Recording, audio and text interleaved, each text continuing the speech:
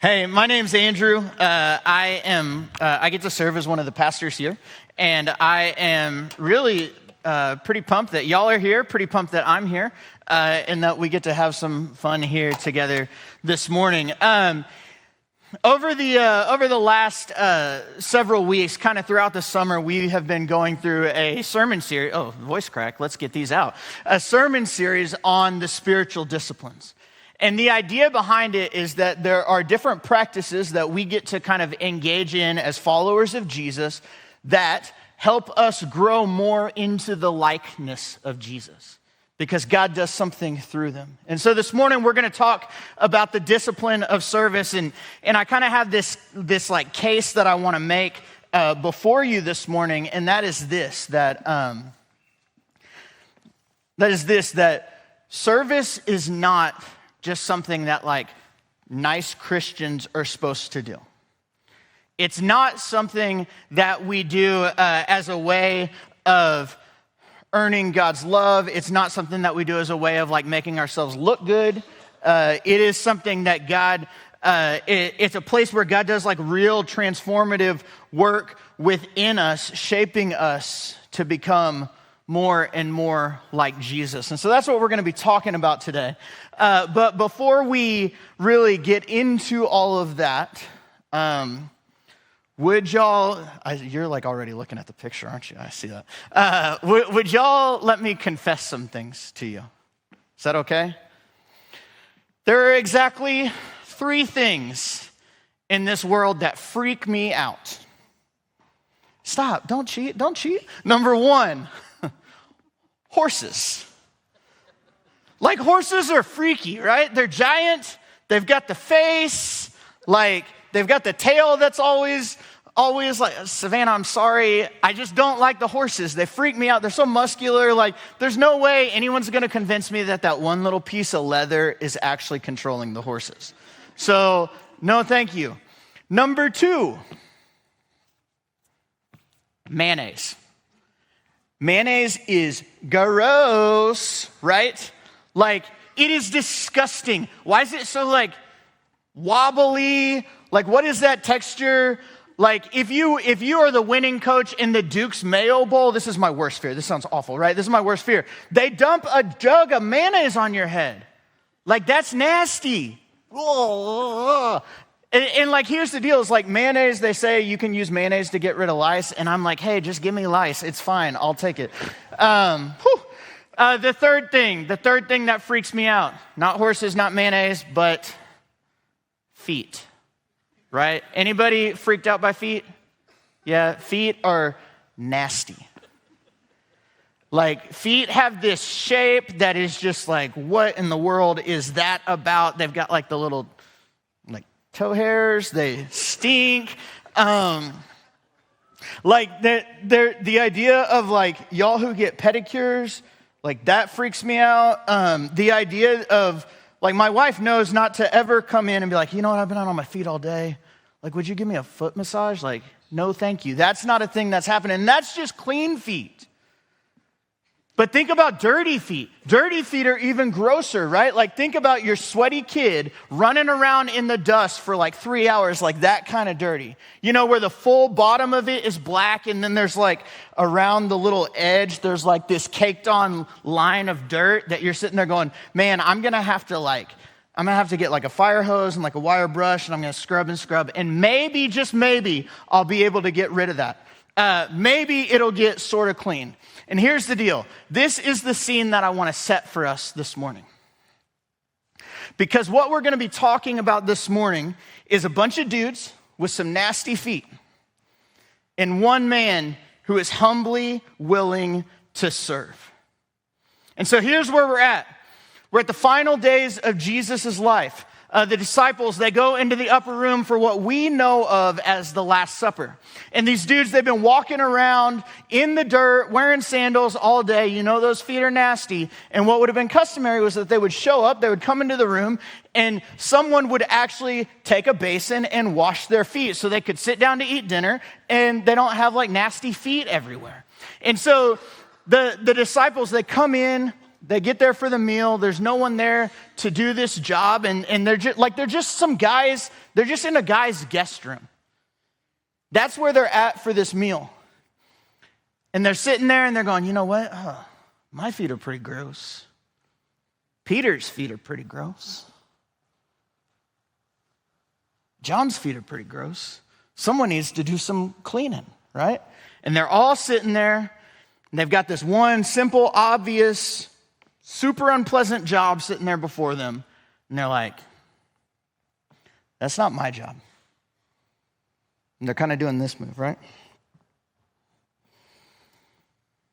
And that's the actual room that we're going to be jumping into this morning. That's the scene that we're setting.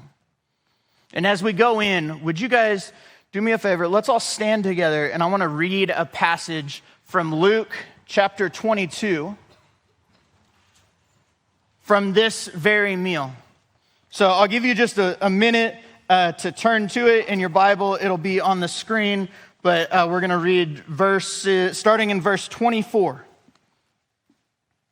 Luke 22, verse 24. A dispute also arose among them as to which of them was to be regarded as the greatest.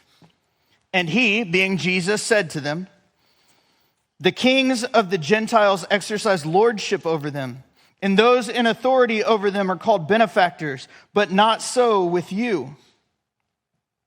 Rather, let the greatest among you become as the youngest, and the leader as one who serves. For who is greater, one who reclines at table or one who serves? Is it not the one who reclines at table? But I am among you as the one who serves. Y'all, this is the word of God. You can have a seat.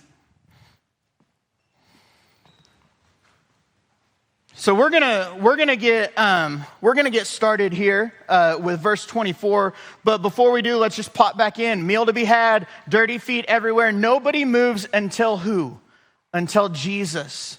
The one they call teacher and Lord moves. He gets up. He takes off his outer garments. He grabs a towel. He pours water in a basin, and he goes around the room, and he washes their feet. And the picture is incredible for us.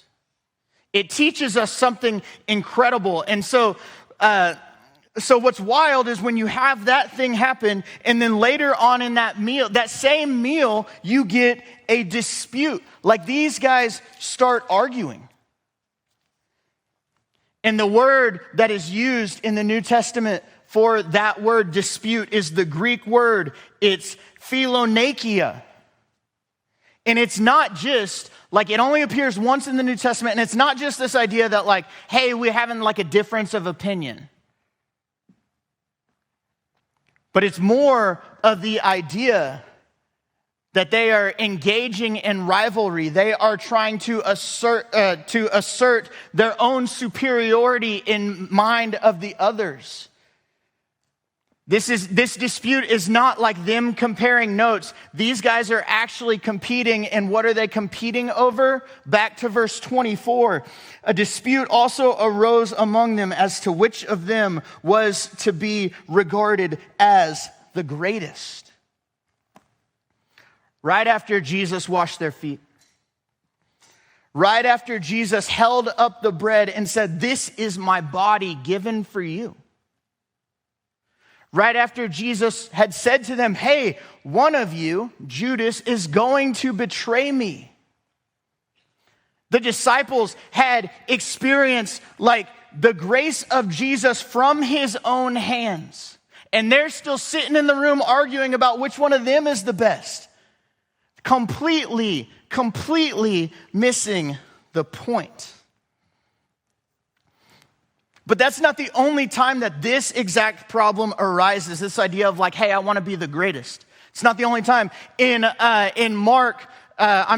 Matthew 20, the mother of James and John goes to Jesus and she's like, Jesus, my baby boys, make them the greatest in your kingdom. There's a story that happens in Mark 9 where the disciples are following Jesus down the road and they start arguing about this. Like, who's the greatest? I'm the greatest, right? Who's the greatest? They start arguing about it. And they get to where they're going, and Jesus turns to them and he's like, hey, guys, What were y'all talking about back there? And it's a lot of this. They won't admit it. They're embarrassed by it. They won't admit it. And I think that same yearning and that same heart is actually within us. And if we're not careful, we too will miss the point. Like, I don't know about y'all, but one of the deepest things within me, like my deepest desires, is I want to be significant. I want my life to mean something. I want people to think well of me. I want to be impressive to people.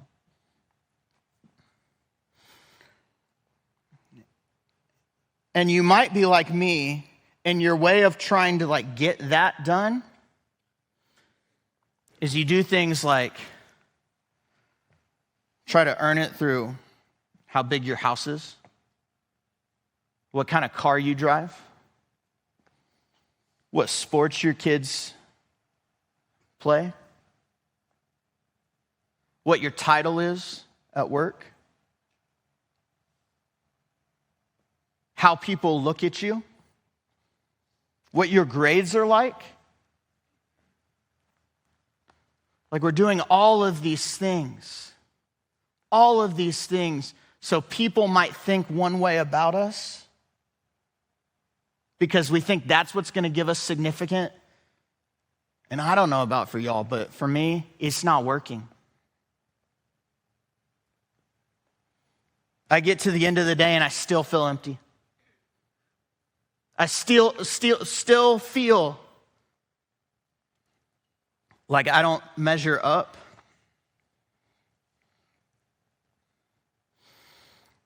And fortunately for us, that's not the place that Jesus wants to leave us.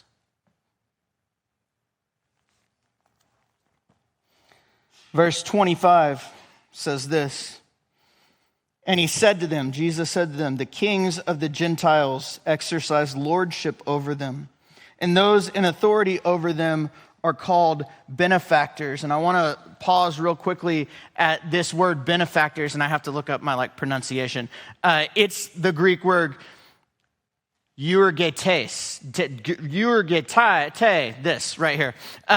It's not just a vague compliment. This word right here is something that kings would give themselves. They would say, hey, I am Andrew, the benefactor. And it was their way of saying, hey, listen, look, I am the guy who does the good things.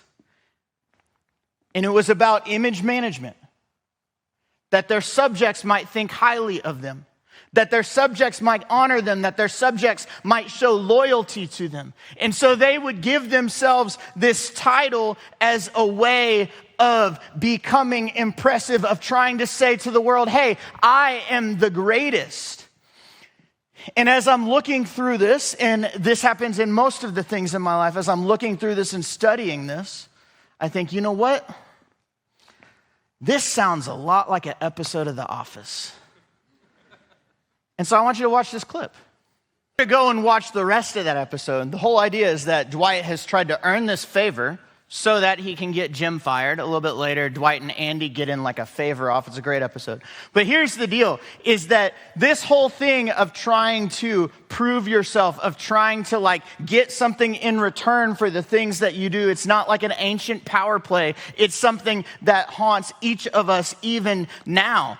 And Jesus, what he does is we get to verse 26, still in Luke 22, verse 26, where we'll start at 25. He says, the kings of the Gentiles exercise lordship over them, and those in authority over them are called benefactors. And then Jesus looks at them and he says, but not so with you. Rather, let the greatest among you become as the youngest, and the leader as one who serves. Jesus straight up rejects this notion that you serve so that you can get something. The way of the world, the benefactors, is, hey, I go and I do something so people think this one thing. The way of Jesus, the opposite way, is, hey, I pour out love because Jesus has loved me. There's a guy named Richard Foster. He wrote one of the most well-known modern books on the spiritual disciplines called Celebration of Discipline. He says this: joyous, hidden service to others is an acted prayer of thanksgiving. The way of the world, do it to get something. The way of Jesus, I am thankful for what you have done for me, and now I pour myself out for another. That's what we're after. And this is what it means. There's a quote from Dietrich Bonhoeffer from the mid-1900s. He says this: nobody is too good for the meanest service. One who worries about the loss of time that such petty outward acts of helpfulness entail is usually taking the importance of his own career too solemnly. Y'all, this is the pivot that we need. Not a better way to be a benefactor, but an entirely different way of pursuing greatness in the kingdom of God. Real service was never supposed to benefit most the one doing the serving. It has an entirely different motive. If we go back into the room where Jesus and his disciples are, nobody moves. They get there, nobody moves. Feet are dirty, nobody moves. Jesus gets up, and our question is, why? And so let's look at that passage. We're going to John 13. So do some jumping with me. John 13, this starts in verse 3. Jesus, knowing that the Father had given all things into his hands, and that he had come from God and was going back to God, rose from supper. Before Jesus ever got up, he knew that his identity was secure in the Father.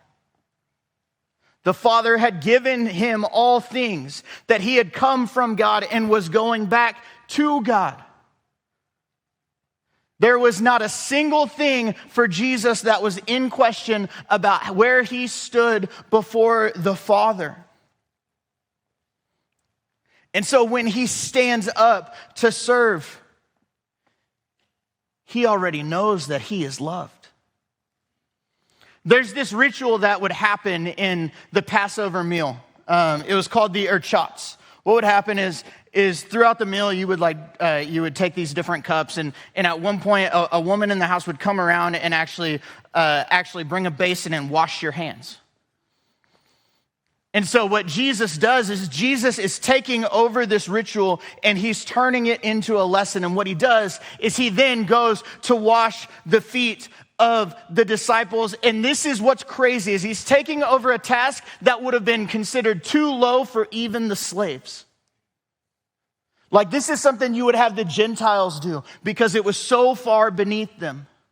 But it was also something that a son or a father could take on willingly, voluntarily, that they could do to honor a son or a student, that they could do to honor a teacher or a father.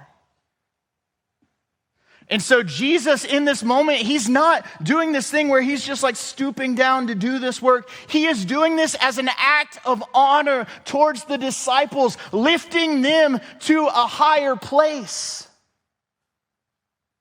That's the way of Jesus. And then you go to verse 12. They're still in John 13, verse 12, where it says, when he had washed their feet and put on his outer garments and resumed his place, he said to them, do you understand what I have done to you?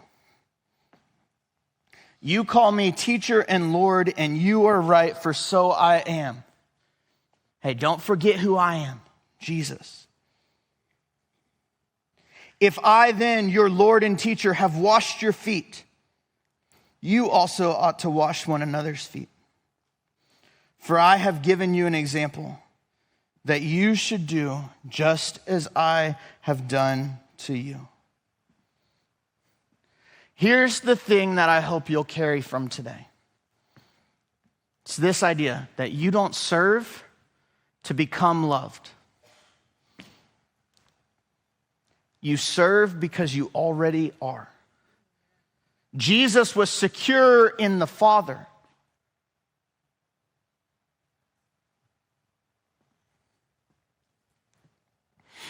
And here's the thing, this is what's wild, that like for Jesus, that doesn't stop that night. Jessica read this verse earlier, she quoted this verse earlier from Mark 10, where it says, for even the Son of Man came not to be served, but to serve and to give his life as a ransom for many. The service of Jesus goes so much farther than a basin and a towel. It went all the way to the cross.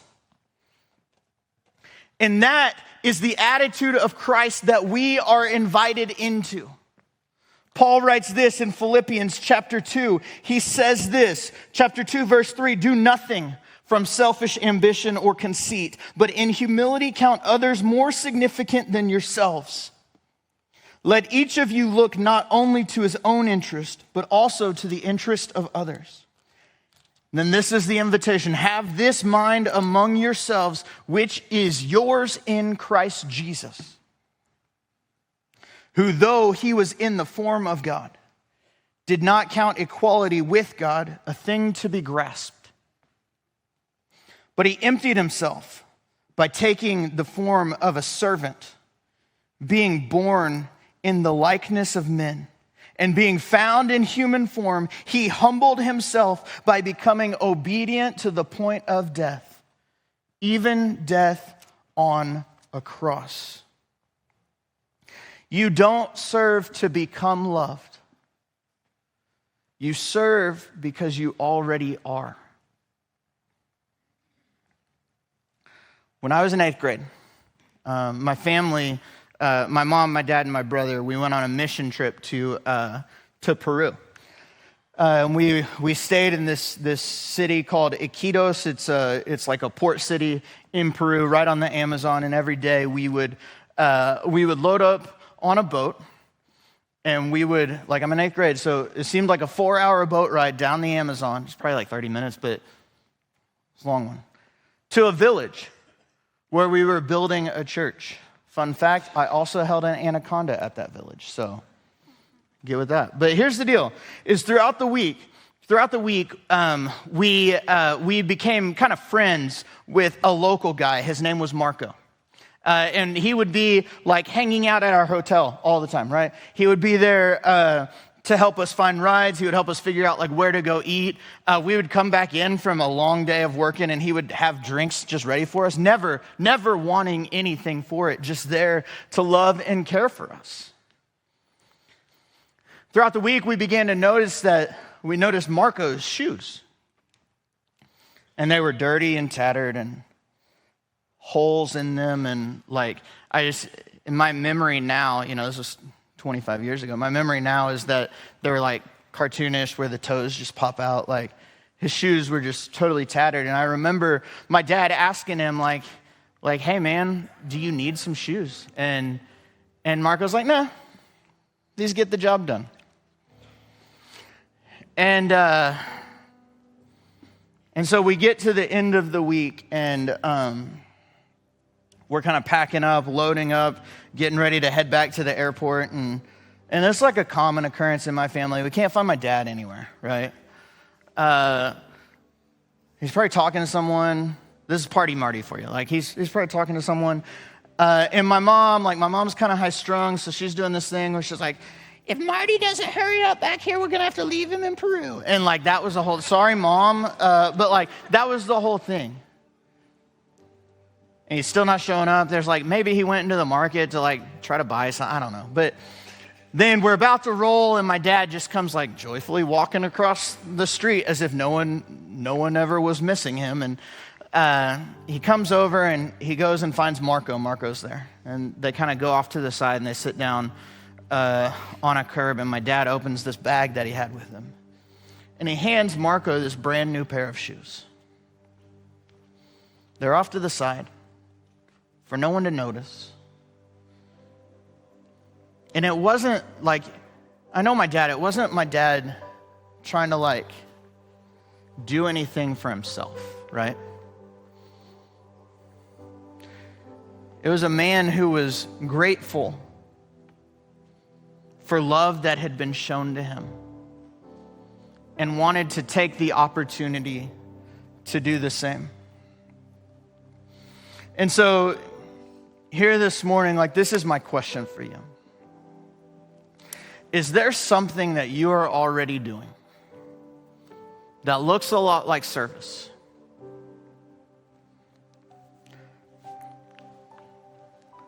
But you're sitting there thinking about it and you're like, love to get some credit for that. Man, I wish someone would notice it. Or are you in the other place where maybe there's a simple, obvious thing that needs to be done to love another person, and you're sitting there going, I don't think so. Like, what's in it for me? And I ask those questions not as a point of bringing about shame, but it's a way that we are able to maybe check our hearts and check our motives. Like, you don't serve to become loved. You serve because you already are. My friend Tim Logan taught me this. I want to invite you to take in a deep breath and hold it with me. Now I want you to take another one on top of that. Now take one more and hold it. Okay. Let it out. Let it out. That's what happens when our mindset is give me, give me, give me, give me. It becomes excruciating. It becomes unbearable. The rhythm that God has created within us is this idea that we receive from the Father, and then we in turn turn around and we pour that out. Not so we can get something, but because that's the way that God has designed us. Like, that's where thriving happens. Here's what I can tell you. If you will engage in those small, meaningless acts of service behind the scenes, is it will not be easy. And you will not get credit for it. And it'll be uncomfortable. And it'll mean putting aside some of your own stuff, but this is what God will do in you. This is the formation that will happen, is humility will grow within you. He will strip away pride. He will strip away envy. He will strip away arrogance as he forms you more and more and more and more into the likeness of Jesus.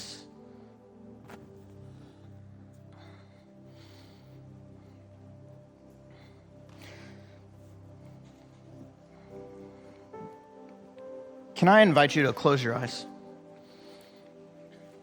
And we're just going to breathe for a minute.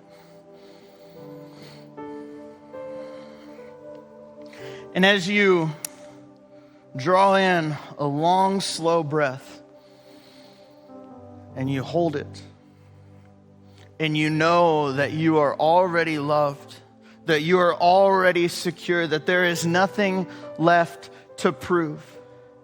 And as you breathe that breath back out, I want you to picture one person who you could serve this week in a way that no one will ever know about. A family member, a friend, a neighbor who you've been meaning to check on, a coworker who you cannot stand. Like, Jesus washed Judas's feet too. But my challenge to you is take that small act of service and lean into it.